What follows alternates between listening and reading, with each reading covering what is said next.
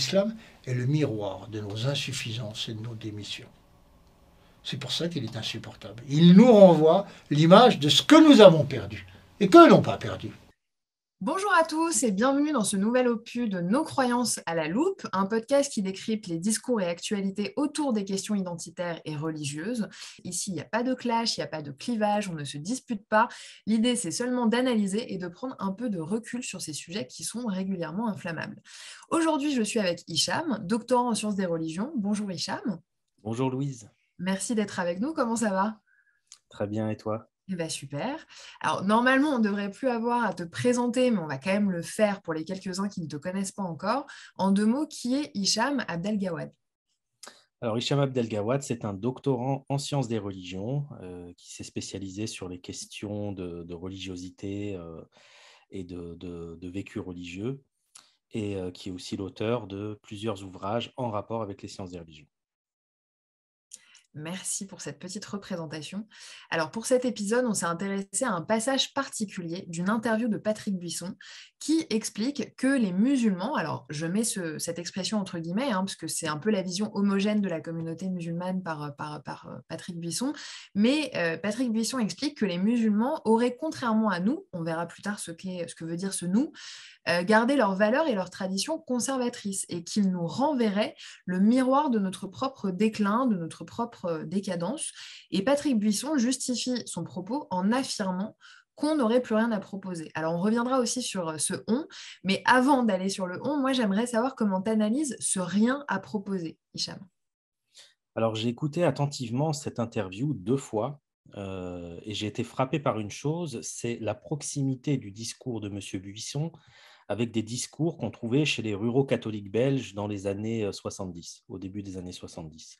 C'est-à-dire qu'il y a un certain nombre de sociologues des religions à l'époque qui s'étaient intéressés aux dynamiques du changement chez les ruraux catholiques, donc dans la Wallonie belge. Et ce rien dont il est question, dans les 2 cas, que ce soit chez M. Buisson ou chez ces ruraux catholiques, c'est finalement un certain ordre social. C'est-à-dire que dans son discours, la religion est d'abord une fonction. C'est ce qui m'a marqué dans cette interview, c'est qu'il ne parle pas vraiment de doctrine, par exemple, il ne parle pas de Trinité, il ne parle pas de Christologie, il ne parle pas de tous ces éléments-là. Dans cet extrait, Monsieur Buisson, enfin dans cette interview, M. Buisson parle d'abord de la religion comme quelque chose qui a une fonction. Et cette fonction, elle est sociale. Exactement comme chez les ruraux catholiques des années 70. En gros, la religion, ça serait un socle qui légitime la gratuité, l'entraide et les rapports sociaux. Donc ce serait une espèce de référent transcendant, c'est-à-dire une espèce de symbole qui nous dépasse. Et si ce socle n'existe plus, alors les rapports sociaux disparaissent. Et on assiste petit à petit à une déshumanisation de la société. Pour les ruraux catholiques des années 70, on trouvait dans leur discours l'idée de bestialisation. C'est-à-dire que quand on s'intéresse aux interviews qui ont été menées à l'époque, donc par ces sociologues dont j'ai parlé, on trouve des déclarations très péremptoires, comme par exemple « Sans la religion, on est comme des bêtes ». Donc ça, c'était comme ça que les choses étaient présentées. Et alors évidemment, chez Buisson, c'est un peu plus subtil, évidemment. Il ne va pas parler de bestialisation, il ne va pas dire que sans la religion, on est des bêtes, mais il va parler de post-humanité. C'est-à-dire que sans la religion, l'homme religieux, c'est-à-dire l'homme qui a un lien avec le sacré, se transforme ou est remplacé par l'homme qui consomme, donc qui n'a plus de rapport au sacré, qui a uniquement un rapport à la consommation. euh, C'est-à-dire qu'on a affaire à une marchandisation de tout, y compris des rapports sociaux. Et donc, on a une opposition dans le discours de M. Buisson, mais aussi dans le discours donc, des ruraux catholiques des années 70. On a une opposition entre, d'un côté, la tradition, une tradition partagée, en l'occurrence religieuse, et de l'autre, le capitalisme. Donc, le capitalisme devient la contre-définition de cette tradition partagée qui était le socle de la gratuité dans les rapports humains. À un moment donné, il va même jusqu'à dire, il dit, on n'est plus dépendant de Dieu, mais on est dépendant de la chimie, en disant que avant, quand on se sentait mal, on allait voir le curé, Maintenant, quand on se sent mal, on achète des antidépresseurs. Et la différence, en fait, entre les deux, c'est quoi?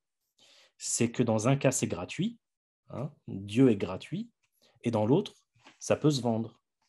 Donc le rien dont il parle, à mon sens, il se trouve là, dans la disparition des rapports sociaux dont le socle est garanti par un fondement sacré qui est la religion. Pour les ruraux catholiques wallons des années 70, cette disparition des rapports sociaux était synonyme de bestialisation.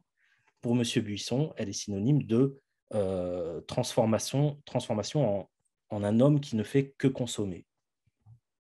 C'est intéressant parce que quelque part, ça vient un peu en contradiction avec comment dire, cette opposition frontale entre d'une part capitalisme, consommation, absence de sacré, enfin disparition du sacré et religion. Ça oublie quand même quelque part qu'il y a certaines religions, il y a eu beaucoup de théories sur le protestantisme et son lien avec le capitalisme par exemple, ça oublie qu'on peut être d'une religion et consommer, c'est aussi l'évolution de l'homme.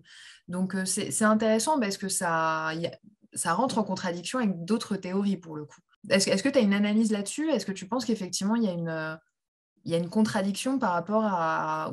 Est-ce que Patrick Buisson a raison là-dessus? Est-ce qu'il y a véritablement une disparition du sacré par l'homme consommateur? Ou est-ce que il y a quand même... non, il y a quand même quelques contradictions avec d'autres théories. Il y a des contradictions avec d'autres théories, c'est-à-dire c'est toujours, enfin, c'est vraiment le problème central de n'importe quel sujet qu'on peut traiter par les sciences des religions, c'est qu'est-ce qu'on met derrière le mot religion. Pour Patrick Buisson, la religion, c'est d'abord une tradition. Et c'est une tradition qui garantit un certain ordre social. Pour les protestants, évidemment, ça n'est pas ça. Pour les protestants, il y a un rapport beaucoup plus intime, beaucoup plus individuel, peut-être même individualiste, à la variable spirituelle ou religieuse. C'est-à-dire que, en gros, si je caricature un peu, évidemment, on peut être protestant tout seul dans son coin. C'est plus difficile avec une religion ou un courant religieux qui va s'appuyer sur une tradition qui va être importante. Dans le catholicisme, la tradition, euh, elle est même plus importante quelque part que le texte. Et donc, à partir de ce moment-là, effectivement, il faut comprendre dans le mot religion tel qu'il est dit, tel qu'il est présenté par M. Buisson, il faut comprendre l'idée de ce que la sociologue Danielle Hervieux-Léger appellerait une lignée croyante, c'est-à-dire vraiment une tradition qui est transmise, qui engage les croyants, ou pour le dire autrement, il y avait un penseur musulman qui s'appelait Nasr Hamid Abu Zaid et qui avait donné comme définition de la tradition l'idée que la tradition, c'est une démocratie dans laquelle les morts ont le droit de vote. Donc, c'est-à-dire qu'il y a toujours un précédent, il y a un déjà là qui est présent et qui a encore son importance. Et donc, c'est une forme de religiosité, mais effectivement une forme de religiosité spécifique. D'accord. Alors, merci Hicham pour ces précisions, mais juste pour creuser un peu encore, dans son discours, donc Patrick Buisson, il évoque aussi un nous dont je parlais un peu avant, et on comprend donc que les musulmans seraient un eux, donc on est donc dans un nous versus eux, mais qu'est-ce qu'il entend par là? Est-ce que c'est une autre civilisation pour lui, les musulmans? Est-ce qu'il confond islam et musulman aussi? Est-ce que c'est une autre ethnie? Enfin, comment est-ce qu'on doit comprendre ça? En gros, c'est qui ce nous, selon toi? Alors, d'après ce que j'ai compris donc, de son interview, donc de mon point de vue, ce nous et ce eux, il doit être compris sous l'angle culturel. C'est-à-dire que le eux, finalement, ce sont des gens venus d'ailleurs, c'est-à-dire les immigrés, en fait. Et donc, ce sont des gens qui ont d'autres référents métaphysiques, d'autres façons d'établir des rapports sociaux. Et tout le discours de M. Buisson tourne autour du passage qu'il juge raté, finalement, entre un « eux » qui n'a pas réussi à devenir un « nous ». Précisément parce que le « nous » n'a rien à proposer, de son point de vue, encore une fois. Dès lors où des gens qui se sont structurés autour d'un certain ordre symbolique, c'est-à-dire une certaine vision du monde qui articule le soi avec la société, donc la façon dont on s'engage en société. Donc, à partir du moment où on a des gens qui se sont structurés autour de cet ordre symbolique, leur proposer en lieu et place de cet ordre un désordre ou une absence d'ordre, un rien, comme il dit, bah, c'est se condamner à l'impossibilité de les assimiler. Je pense que vraiment le fil rouge de sa réflexion, c'est ça, c'est qu'on a des gens qui viennent avec une vision de l'ordre, et nous, on a perdu cette vision de l'ordre parce qu'on a perdu finalement cette tradition qui nous a accompagnés. Pour autant, et de ce que j'ai compris du discours de M. Buisson, le problème de cette impossibilité d'assimiler les immigrés, c'est moins la faute des immigrés eux-mêmes que des politiques qui se seraient soumis à une certaine logique capitaliste, sans se soucier des dimensions culturelles et symboliques. C'est-à-dire que le discours de M. Buisson me rappelle un petit peu les lectures que je faisais de Marx à l'époque où je m'intéressais à la théorie religieuse de Marx. Et je me suis rendu compte qu'en fait, certes, Marx est connu pour sa citation sur l'opium des peuples, etc. Mais quand on essaie de comprendre c'est quoi la religion pour Marx, en fait, on ne trouve pas forcément grand-chose pour une raison simple, c'est que pour Marx, la religion, c'est un épiphénomène d'un problème plus fondamental qui est le capitalisme. Réglez le problème du capitalisme et vous réglerez en même temps le problème de la religion. Pour M. Buisson, j'ai l'impression que c'est un petit peu le même schéma de pensée. Réglez le problème du capitalisme et vous réglerez le problème de l'immigration. Alors, il y a quelque chose d'intéressant dans ce que tu dis, c'est que selon toi, en fait, Patrick Buisson, dans ce discours, regrette que ce « eux » ne soit pas devenu « nous », c'est-à-dire qu'il regrette cette absence d'assimilation. Mais ce qu'on peut voir dans certains discours autres que celui de Patrick Buisson, mais qui sont en gros à peu près similaires, c'est qu'il y a aussi quelque part une forme de haine-fascination, enfin de mépris-fascination pour cet autre, ce « eux », parce que certes, ils ne sont pas devenus nous, mais nous-mêmes, nous nous sommes perdus finalement. Et en fait, quelque part, oui, il regrette que le « eux » ne soit pas devenu nous, mais il regrette aussi que le « nous » ne soit pas aussi proche d'eux qu'avant, c'est-à-dire dans le côté traditionnel. Et ça, c'est quelque chose qu'on retrouve notamment dans les théories masculinistes, par exemple, où il y a toute cette théorie de la dévirilisation et de la féminisation qui sont assez populaires à l'extrême droite. On en voit pas mal chez Julien Rochdy notamment. Et d'autres, Papacito aussi également, Baptiste Marchais. Mais ce qui est intéressant, c'est qu'il y a un peu cette même confrontation entre eux, on les méprise parce qu'ils ne sont pas comme nous, mais quelque part, eux, dans leur rapport aux femmes notamment, ont gardé cette vision traditionnelle. Et donc, il y a un peu ce côté haine-fascination, on va appeler ça comme ça.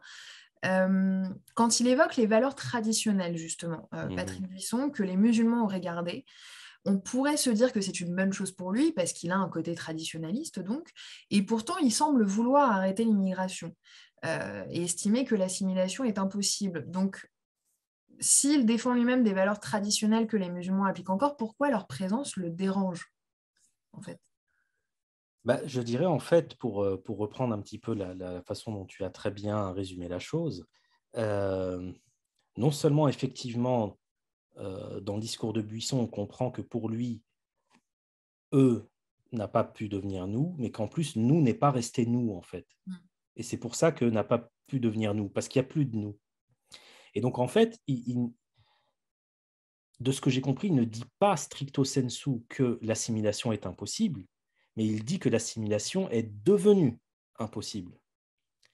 Elle est devenue impossible parce que, de son point de vue, les musulmans sont encore attachés à un ordre symbolique, donc, comme je disais tout à l'heure, une vision du monde et de soi dans le monde, qui n'évacue pas le sacré. Donc Dieu a encore son importance, le Père a son importance, la hiérarchie, en somme, a encore son importance. Il y a encore des valeurs qui sont fortement liées à la hiérarchie, qui sont encore d'application. Et dès lors que l'on veut remplacer cet ordre symbolique par rien, compris tel que je l'ai expliqué tout à l'heure, forcément, il y a des résistances. Et de fait, cette résistance des musulmans qui ne voudraient pas lâcher leur sacré et leur ordre symbolique peut se traduire en exemple pour certains catholiques qui se disent finalement, pourquoi pas nous, j'ai un peu travaillé personnellement sur le dialogue islamo-chrétien et l'idée en substance, c'est que les musulmans ne sont peut-être pas dans la vérité, mais au moins ils sont fermes dans leurs convictions. Donc ils sont dans le faux, mais au moins ils tiennent à leur faux, quoi. Alors que nous, les catholiques, nous sommes dans la vérité, mais on est très timide. Et donc, il y a cette idée que, voilà, eux, ils n'ont pas honte du faux et nous, on a honte de la vérité. Il y a un bug. D'accord. Donc en fait, ce que Patrick Buisson regrette, c'est cette lâcheté face à ses propres convictions, quelque part. Bah, je dirais qu'encore une fois, le parallèle, pour moi, il est frappant avec ces catholiques ruraux wallons des années 70. C'est-à-dire qu'il y a vraiment cette idée que sans la religion, on se déshumanise et en se déshumanisant, on ne peut que perdre en valeur, en fait. Alors, Et en parlant de valeurs, excuse-moi, à quoi est-ce qu'il fait référence en parlant justement de valeurs traditionnelles? Pourquoi est-ce qu'il met l'accent là-dessus, à ton avis? Est-ce que c'est par pur anti-modernisme? je ne pense pas que ce soit par pur antimodernisme. Je pense que en fait, ce qu'il appelle les valeurs traditionnelles, en fait, j'ai l'impression que c'est un binôme de gratuité et de proximité. Hein. C'est-à-dire que pendant un moment, par exemple, comme j'ai dit tout à l'heure, des gens qui souffrent vont voir le curé pour se confier, c'est gratuit. Aujourd'hui, on va voir un psychologue, c'est payant. Euh, Aujourd'hui, on va passer du temps devant la télévision à s'émouvoir de ce qui se passe à l'autre bout du monde et on va oublier que peut-être que le voisin qui est juste à côté euh, a des problèmes. Et donc, j'ai l'impression que pour lui, vraiment, ce qu'il entend par valeur traditionnelle, c'est tout ce qui va favoriser cette proximité entre les gens et cette gratuité dans les rapports sociaux. Et c'est vrai que d'une certaine façon, on se rend compte aujourd'hui que les rapports sociaux sont extrêmement contractualisés. Euh, et je crois que c'est ça en fait qui a derrière sa vision de la société traditionnelle. Et c'est ce qui fait d'ailleurs qu'à un moment donné, quand il parle du christianisme, il oppose un certain christianisme, on va dire populaire, ce qu'il appelait la foi du charbonnier, avec un christianisme qui serait très intellectuel. Et ce christianisme très intellectuel aurait écrasé certaines formes de religiosité qui n'étaient pas très orthodoxes, on va dire, ou pas très portées sur l'orthopraxie, donc la pratique juste. Et pour lui, ça a été un appauvrissement. Pourquoi? Parce que même si ces formes de christianisme étaient finalement très hétérodoxes, donc à côté de l'orthodoxie, quand même, elles permettaient aussi aux gens de se rassembler, de se mélanger, de partager, chose qu'on perd quand finalement on accorde plus d'importance à l'orthodoxie, à l'orthopraxie que au vécu des gens. Ce que fait un peu Patrick Buisson, quelque part. Un petit peu, oui. Merci beaucoup, Hicham, pour ce décryptage dans la bonne humeur et la rationalité, comme d'habitude. On espère que ça vous aura plu. N'hésitez pas à nous donner votre avis en commentaire, à vous abonner pour les prochains épisodes et évidemment à partager sur vos réseaux. Et moi, je vous dis à très bientôt pour un prochain épisode. Au revoir.